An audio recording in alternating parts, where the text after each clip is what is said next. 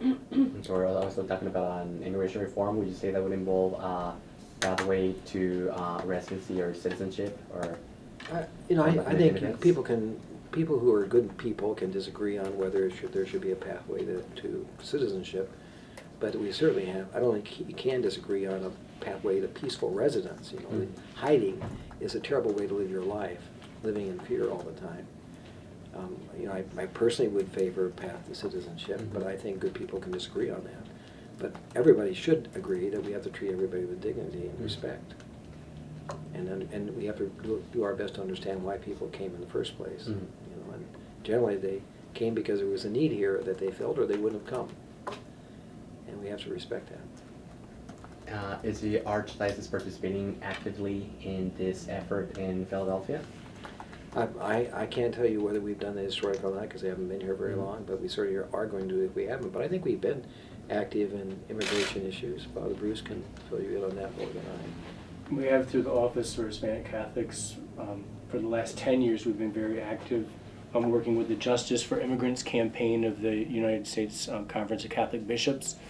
And we have in the parishes a number of priests, religious, and lay people who are organized for that purpose, that they attend marches and rallies locally at the state level, working with the Pennsylvania Catholic Conference, and also nationally they've been to Washington for different marches and activities in support of immigration reform. 2012 will be a painful year for the Archdiocese, marked by school and parish closing and sex abuse scandals involving almost 30 priests. How do you plan to re-energize Catholic identity in Philadelphia, keeping all this in mind?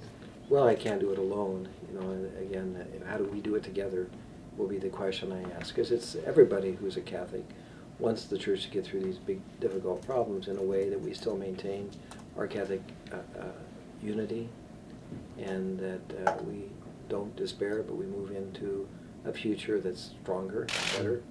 So I will be asking people to join me in dealing with these issues and in working to build up our spirit after we've gone through it. The most worrisome public issue for me that's coming up soon is the closing of some of our schools.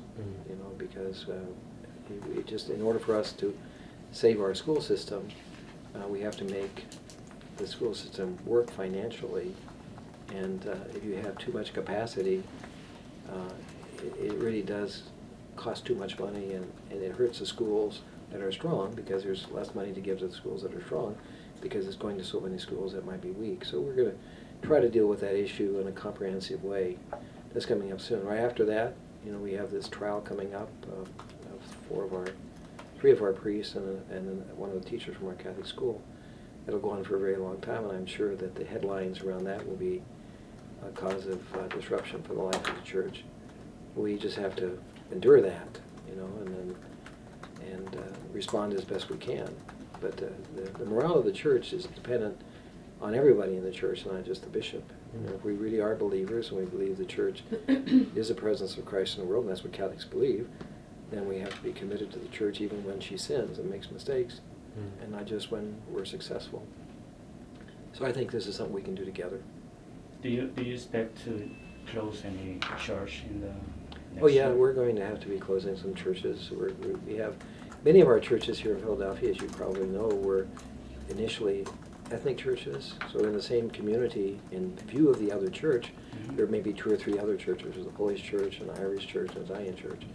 And now, in some of those communities, so many of the guys have gone somewhere else. So certainly aren't Poles and Italians and folks like that there anymore in great numbers. But there aren't even Catholics there in great numbers. So we still have these buildings. And sometimes there's 4 pastors and serving a community where the people who actually go to church would fit into one church.